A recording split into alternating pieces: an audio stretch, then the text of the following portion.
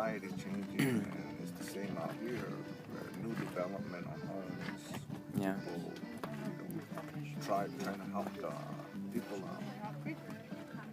Do you think change is important to keep the culture alive? Well, right now the culture is still kind of getting lost. It's very, there's not too many older people pushing younger generation to continue Mm-hmm. continue the traditions. A lot of things are getting lost and very important. What are some of the things that are getting lost? Like language?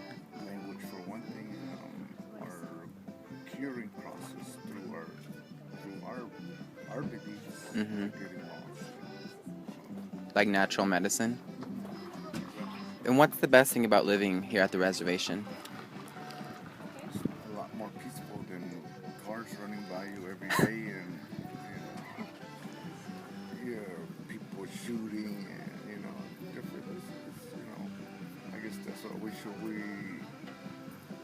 that's what they send us here in the first place, to leave us alone. Yeah. Which we kind of are. Who sent you here? The government, when they put us on the reservation, you were not supposed to, this was our place. Mm-hmm. So that's kind of like why you all come down, but it's kind of peaceful, a lot more peaceful.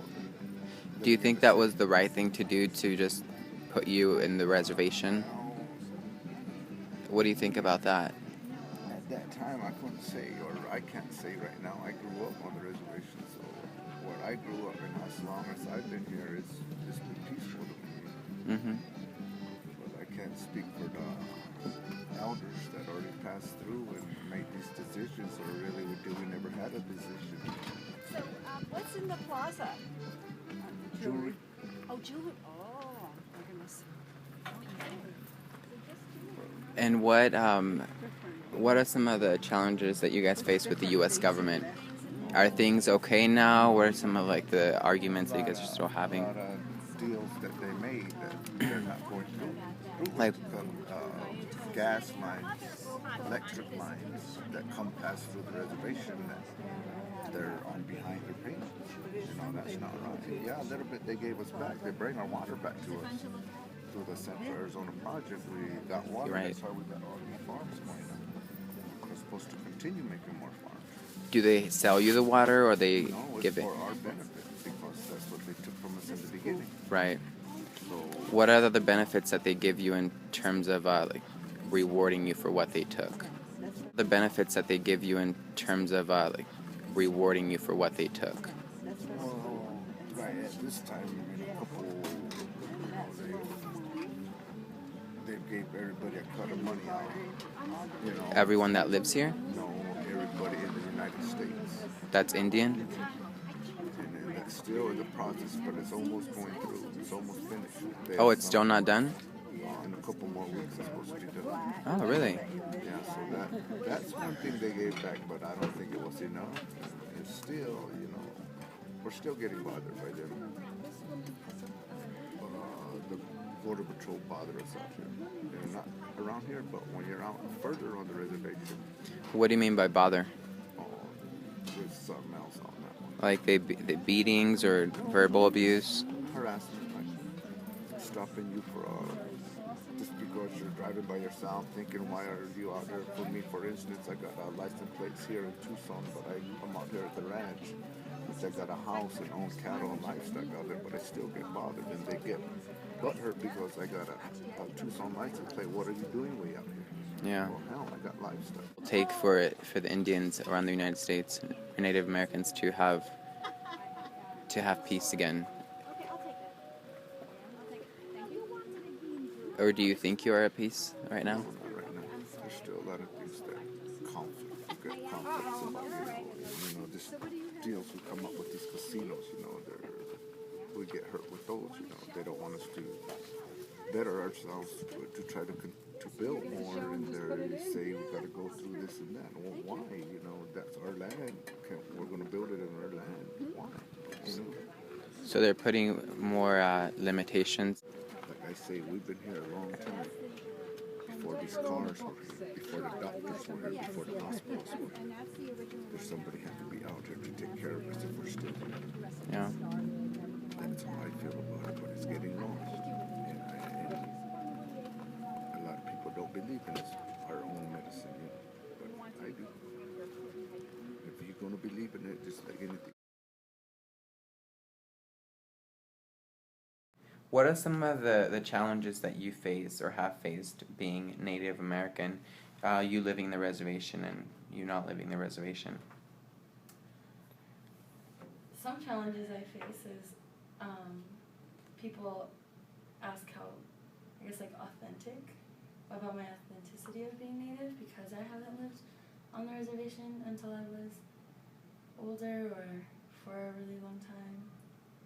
And I was really raised on the reservation, more of in the city. So people a lot of times question how traditional I am. Some challenges that I faced growing up off the reservation in Phoenix is attending schools where I was the only Native American other than my family members. Me and my sisters, we went to a private school, and there was probably like 4 Native students in there, including me and my other sisters. So growing up in a school system where diversity was not always emphasized on an equal basis, you know, with say other minorities like Latinos or Asians.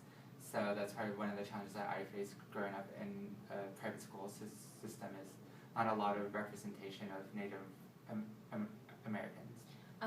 Off of that as well, I also face the same challenges of diversity within schools. And my school was the only Native until I was a junior, and then there was about 3 more Natives added into my entire school. So that was, it was different because I had to reach out to other campuses in order to be involved in learning programs and things like that. And what are some of the exploitation that's going on between the U.S. and the Native Americans?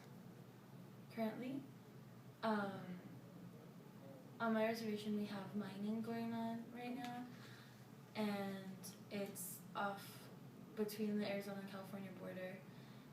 It's a place that we call Cotillo in English, and it's one of our sacred places. But however, they're mining for silver there. I guess like one set exploitation would probably be the negotiating of water rights along the Colorado River.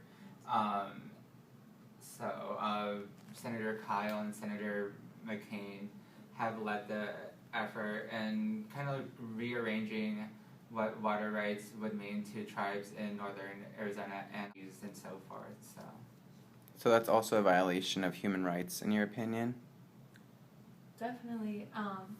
I mean, for water, that's a source of life for us in Native cultures and traditions. In regards to, however, like in regards to the Colorado River and the damming of the river and how that is related to the water rights, for us, I feel like it's taking away human rights because my tribe's traditional diet is mainly focused on salmon, and we have a shortage of it because of all of the damming on the Colorado River. And in the last like 20-30 years, we don't consume as much traditional dishes. We're very much consuming, I guess, like what mainstream consumes is for food because of the shortage of salmon. And what are the major misconceptions that you believe people have about Native Americans overall, if there are any? I would almost say like a lot of people have a more romanticized view of Native Americans. They kind of place Native Americans as a whole in a time capsule as like what they should be. You know, like how they look, how they dress. You know, how they live on the reservation, how they live off of the reservation. I don't appreciate when people say like, oh, natives are just so sensitive. It's not a case of being sensitive. It's like, well, I don't know what race you are, but whatever race you are, I'm sure you wouldn't want me to misconstrue things for your benefit, like, or for my benefit, not your benefit. Yaqui women, Tohono territory, so like be knowledgeable about those people. This is we're guests